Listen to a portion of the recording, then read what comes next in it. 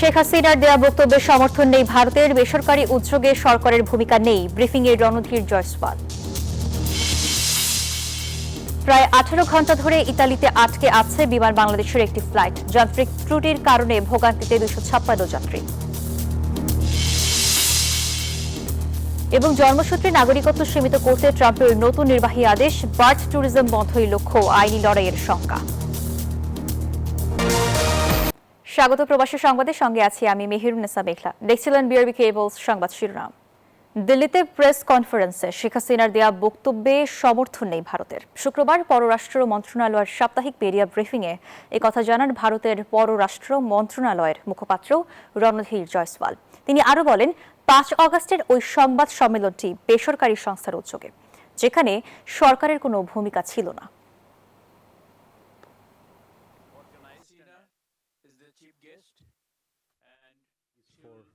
Questions first.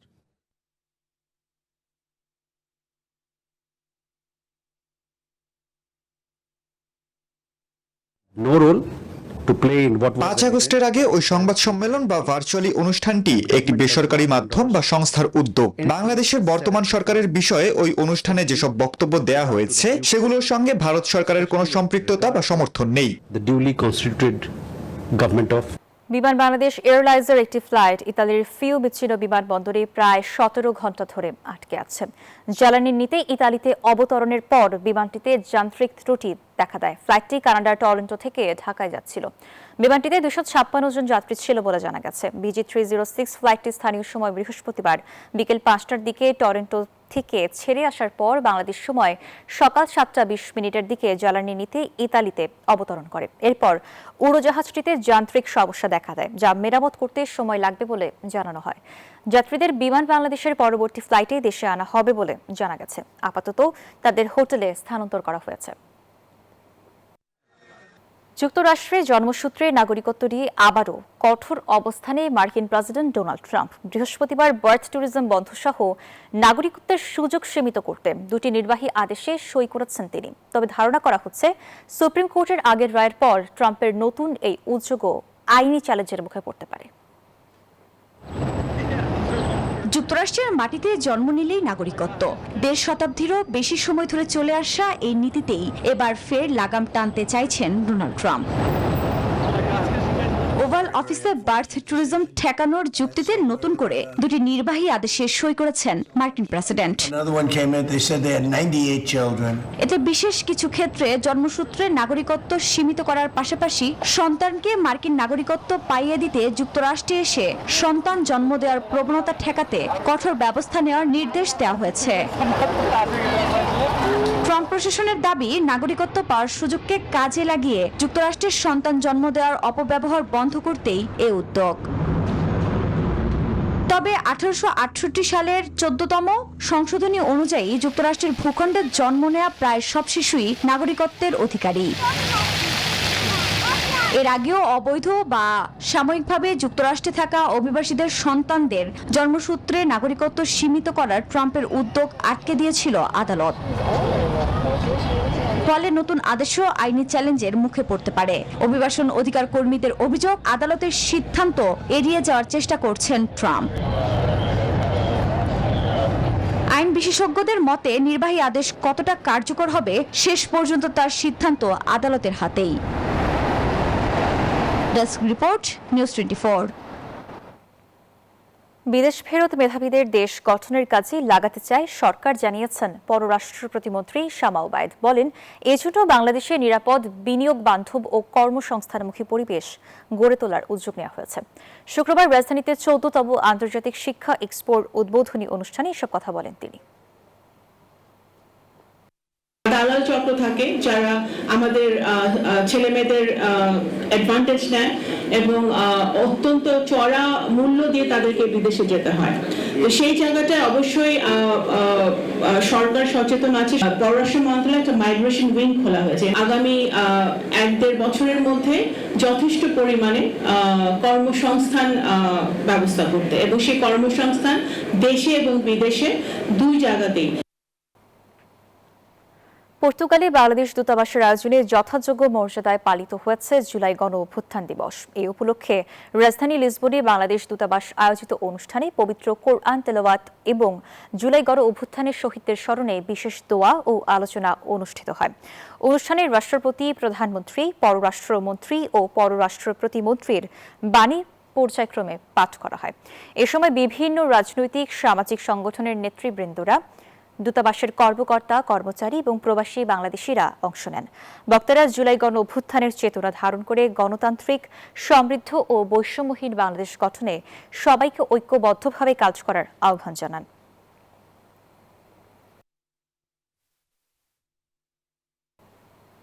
জর্ডানে বাংলাদেশ দূতাবাসে পালিত হয়েছে জুলাই গণ অভ্যুত্থান দিবস। দিবসটি উপলক্ষে দূতাবাসে আলোচনা সভা এবং প্রামাণ্যচিত্র প্রদর্শনীর আয়োজন করা হয়। পতাকা উত্তোলনের মাধ্যমে কর্মসূচি শুরুর পর পবিত্র কোরআন তেলাওয়াত হয়। দিবসটি উপলক্ষে রাষ্ট্রপতি, প্রধানমন্ত্রী, পররাষ্ট্রমন্ত্রী এবং পররাষ্ট্র প্রতিমন্ত্রীর বাণী পাঠ করা হয়। সভায় জর্ডান সহ বাংলাদেশ কমিউনিটির বিশিষ্টজনরা বক্তব্য রাখেন।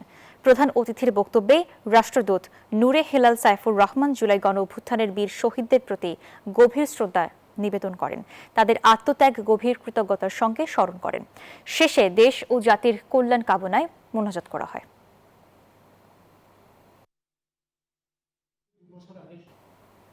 দীর্ঘ অপেক্ষার পর বাংলাদেশ থেকে আবারও কৃষি শ্রমিক নিতে ভিসা আবেদন জমা নেওয়া শুরু করেছে ওমান। দেশটির কৃষি সংস্থা ওমান এগ্রিকালচারাল অ্যাসোসিয়েশনের আল দাহিরা শাখা অনুমোদিত শ্রমিক নিয়োগ কর্মসূচির অধীনে আনুষ্ঠানিকভাবে এই আবেদন গ্রহণের ঘোষণা দিয়েছে। ওমান ডেইলি অবজারভারের প্রতিবেদনে জানানো হয়, ওমানের স্থানীয় কৃষকদের জন্য বাংলাদেশি কৃষি শ্রমিক নিয়োগের বিশেষ অনুমতি দেওয়া হয়েছে। এর ফলে নিবন্ধিত খামার মালিকরা এখন থেকে বাংলাদেশি শ্রমিকদের জন্য ভিসার আবেদন করতে পারবেন। খামারে বাংলাদেশি শ্রমিক নিয়োগে আগ্রহীরা আগামী 9 থেকে 20 অগস্টের মধ্যে অ্যাসোসিয়েশনের আল মুর্তাফা কার্যালয়ে গিয়ে আবেদনপত্র জমা দিতে পারবেন।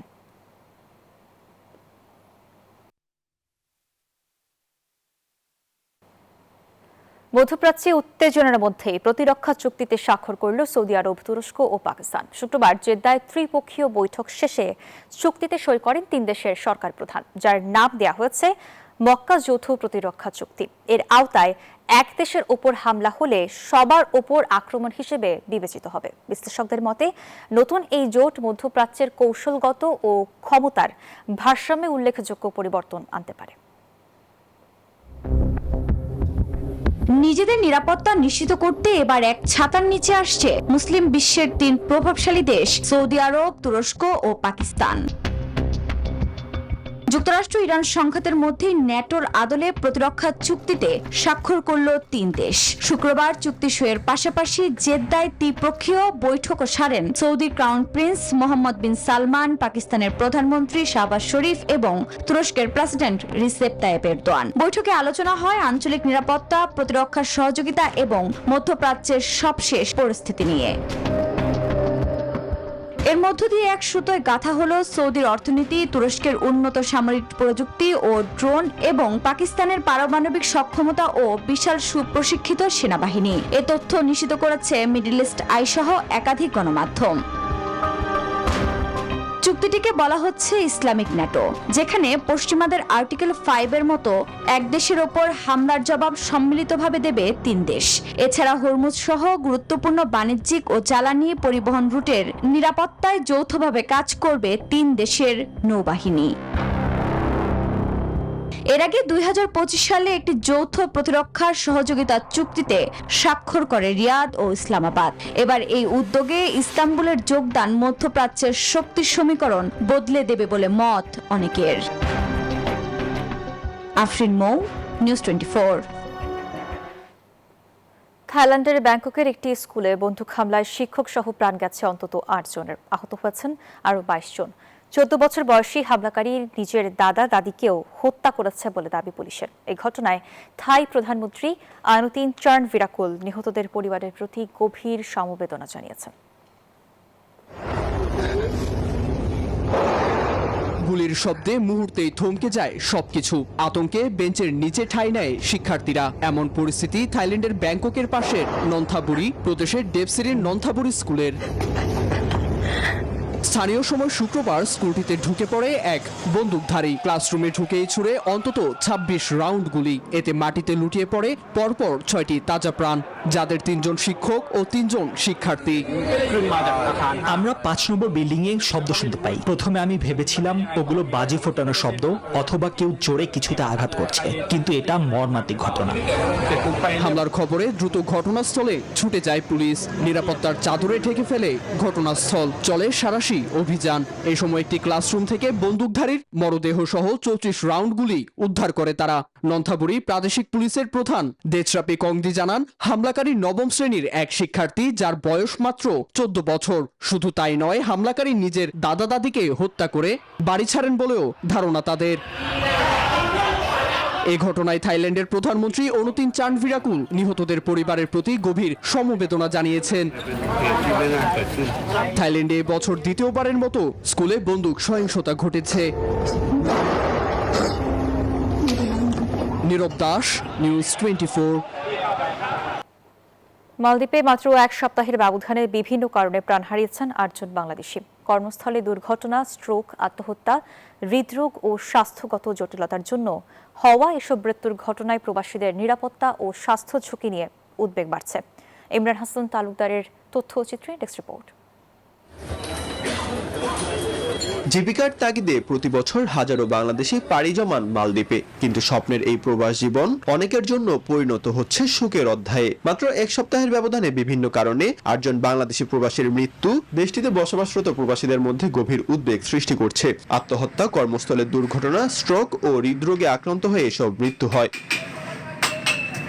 পর্যটন নির্ভর মালদ্বীপে লাখেরও বেশি বাংলাদেশি প্রবাসীর বসবাস। তবে কর্মচাপ, মানসিক চাপ ও স্বাস্থ্যগত জটিলতার কারণে প্রবাসীদের মৃত্যুর ঘটনায় দুশ্চিন্তা বাড়াচ্ছে।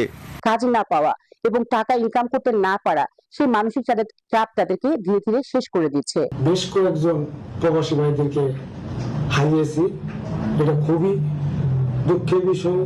এদিকে ৫ জনের মরদেহ ইতিমধ্যে দেশে পাঠানো হয়েছে এবং বাকিদের মরদেহ পাঠানোর প্রক্রিয়া চলমান রয়েছে। পাশাপাশি বাংলাদেশ হাই কমিশন প্রবাসীদের স্বাস্থ্য সম্পর্কে সচেতন থাকা ও নিয়মিত স্বাস্থ্য পরীক্ষা করার আহ্বান জানিয়েছেন। তারা তাদের কাজের পাশাপাশি যেমন যে তাদের স্বাস্থ্যগত যে বিষয়গুলো, এগুলো যাতে খেয়াল রাখেন, নিয়মিত খাওয়া দাওয়া সহ যদি কোনো চিকিৎসা বা এই ধরনের কোনো বিষয় ওনারা বা ফিল করেন যে তারা অসুস্থ বোধ করছেন, তাহলে যেন কোম্পানির মাধ্যমে বা নিজস্ব উদ্যোগে যারা তারা তাদের স্বাস্থ্যের প্রতি যারা তারা খেয়াল রাখেন। এক সপ্তাহে ৮ প্রবাসীর মৃত্যু মালদ্বীপে প্রবাসী সমাজে উদ্বেগ সৃষ্টি করেছে।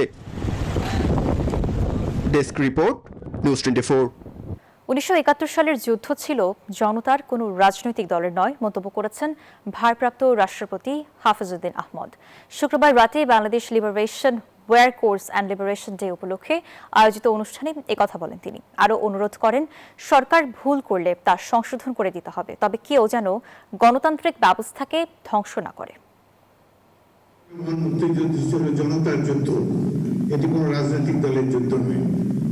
বাংলাদেশের মুক্তিযুদ্ধের কাহিনী, প্রকৃত কাহিনী অনেকটাই অচেনা, অনেকটাই অজানা রয়ে গিয়েছে।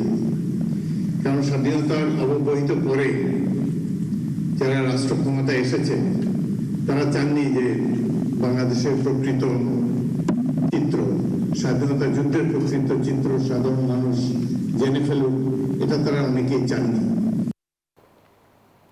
রাজধানীর গুলশানে গোপন বৈঠকের সময় কার্যক্রম নিষিদ্ধ আওয়ামী লীগের ৬ নেতাকর্মীকে আটক করেছে পুলিশ। শুক্রবার রাত ৯:৩০টার দিকে পুলিশ প্লাজার ৫ম তলার একটি রেস্টুরেন্ট থেকে তাদের গ্রেফতার করে গুলশান থানা পুলিশ। থানার ভারপ্রাপ্ত কর্মকর্তা দাউদ হোসেন গ্রেফতারের বিষয়টি নিশ্চিত করেন। তিনি জানান, গোপন সংবাদের ভিত্তিতে অভিযান চালিয়ে তাদের আটক করা হয়েছে। বৈঠক শেষে তাদের রাজধানীতে মিছিলের পরিকল্পনা ছিল বলেও জানান গুলশান থানার ওসি।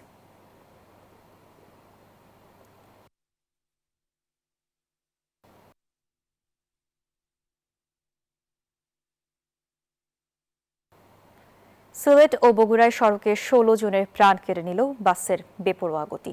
আহত আরও ৩২ জন। শুক্রবার ভোরে সিলেটের ওসমানী নগরে ২ বাসের সংঘর্ষে ৯ জন নিহত হন, আহত আরও ১৪ জন। এদিকে বগুড়ায় অপেক্ষারত দিনমজুরদের চাপা দেয় একটি বাস, প্রাণহানি অন্তত ৭ জনের। এই ঘটনায় আরও ১৮ জন আহত হয়েছেন। প্রতিনিধিদের পাঠানো তথ্যচিত্রে ডেস্ক রিপোর্ট। সিলেট থেকে ঢাকার পথে রওনা হয় ইউনিক পরিবহনের একটি যাত্রীবাহী বাস। পথে কাশীপাপন এলাকায় বিপরীতমুখী বেঙ্গল পরিবহন বাসের সঙ্গে সংঘর্ষ হয়। ইউনিক পরিবহনের বাসটি খাদে পড়ে যায়। ঘটনাস্থলেই প্রাণ হারান 7 জন। হাসপাতালেও ঘটে প্রাণহানি। হঠাৎ করে দেখি যে বেঙ্গল এই সামনে দেখি সংগ্রহ, তারপর এই দিকে চাইলাম, তখন দেখি ইউনিকের অবস্থা খুবই জটিল। রাস্তার মধ্যে অ্যাক্সিডেন্ট হয়েছে, এই শেষ। সংঘর্ষে আহত 14 জনের মধ্যে কয়েকজনের অবস্থা আশঙ্কাজনক। 14 জনের চিকিৎসা চলতেছে, এর ভিতরে একজনকে আমরা আইসিইউতে শিফট করতেছি, আর একজনের হাইয়ার ইমার্জেন্সি অপারেশন চলতেছে। পুলিশ বলছে দুটি বাসের গতি ছিল বেপরোয়া। এখানে মুখোমুখি সংঘর্ষ হয়। তাৎক্ষণিকভাবে ফায়ার সার্ভিস, ওসমানীনগর থানা এবং হাইওয়ে পুলিশ ঘটনাস্থলে আসে। এদিকে ভোরে বগুড়ায় সড়কের পাশে কাজের জন্য অপেক্ষায় থাকা শ্রমিকদের চাপা দেয় শাহ ফতে আলী পরিবহনের একটি বাস। ঘটনাস্থলেই নিহত হন 2 জন। হাসপাতালে নেয়ার পথে প্রাণ হারান আরো 3 জন। প্রাণহানি ঘটে হাসপাতালেও। সেই গাড়ি ঘুরে আমার বগুড়ার দিকে, মানে পশ্চিম দিক থেকে পূর্ব দিকে হয়ে ওখানে লোকের ভিড়ের মধ্যে গাড়িটা ঢুকে পড়ে। বাবা উঠে যায় মসজিদে নামাজ পড়ছে, নামাজ পড়ে বাবা ওই মানুষের গেছে, যারা বাবা আমারও তো চিটিং হয়ে গেছে বাবা। ঘটনার পর স্পিড ব্রেকারের দাবিতে সড়ক অবরোধ করেন স্থানীয়রা। সড়ক ও জনপথ বিভাগ নির্মাণ শুরু করলে 4.5 ঘন্টা পর যান চলাচল স্বাভাবিক হয়।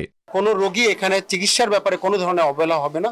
যার যেটা প্রাথমিক চিকিৎসা দিয়ে যারা চলে যাওয়ার মধ্যে তারা যাবে, আর যাদের অপারেশন লাগবে পরবর্তীতে তাদের অপারেশন হবে।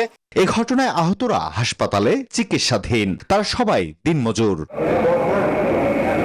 Desk report, news 24। বাইরে থেকে আওয়াজ দিয়ে দেশে অস্থিরতা সৃষ্টির চেষ্টা হচ্ছে, চলছে ক্ষমতা দখলের পায়তারা, এমন সতর্ক বার্তা সরকারের মন্ত্রীদের। শেখ হাসিনা ডিসেম্বরে দেশে ফিরে আইনের পথে হাঁটবেন এমন প্রত্যাশার কথাও জানিয়েছেন তারা। ছুটির দিনে ঢাকা ও ঢাকার বাইরে আলাদা আয়োজনে এসব কথা বলেন সরকারের 3 মন্ত্রী ও প্রতিমন্ত্রী। বিস্তারিত ডেস্ক রিপোর্ট। কক্সবাজারে 500 শয্যার মেডিকেল কলেজ হাসপাতালের নতুন ভবনের ভিত্তিপ্রস্তর স্থাপন অনুষ্ঠান যোগ দেন স্বরাষ্ট্রমন্ত্রী। তার বক্তব্যে উঠে আসে দেশের বর্তমান রাজনৈতিক প্রেক্ষাপট। বলেন, জনগণ আওয়ামী লীগের রাজনীতি প্রত্যাখ্যান করেছে, এখন চলছে অস্থিরতা সৃষ্টির অপচেষ্টা।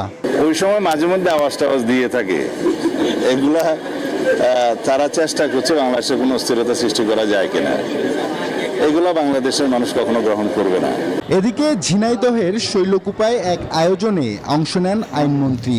কথা বলেন শেখ হাসিনার দেশে ফেরার প্রসঙ্গ নিয়ে। উনি ডিসেম্বরে আসবেন, আমি বিশ্বাস করতে চাই উনি ডিসেম্বরে এসে কারাগারে যান, আইনের পথ ধরে হাঁটুক। পতিত সরকারের নানান ষড়যন্ত্র নিয়ে প্রসঙ্গ উঠে আসে প্রবাসী কল্যাণ প্রতিমন্ত্রীর বক্তব্যে। তিনি যোগ দেন রাজধানীর জাতীয় প্রেস ক্লাবে এক আলোচনা সভায়। দুষ্ট প্রতিবেশী রাষ্ট্র বিদেশি অপশক্তির ইন্ধনে সহায়তায় চেষ্টা করবে সিভিল কু, মিলিটারি কু করার জন্য, সেই বিষয়ে আপনারা সতর্ক থাকবেন। মন্ত্রী প্রতিমন্ত্রীরা বলেন, আওয়ামী লীগ জনগণকে ভুল পথে নিয়ে যেতে পারে, তাই ঐক্যবদ্ধ থাকতে হবে সবাইকে। এই আওয়ামী মাফিয়া গোষ্ঠীর প্রশ্নে আমাদেরকে এক এবং অভিন্ন থাকতে হবে। আমাদেরকে আব্দুল্লাহ মামুন, নিউজ 24, ঢাকা।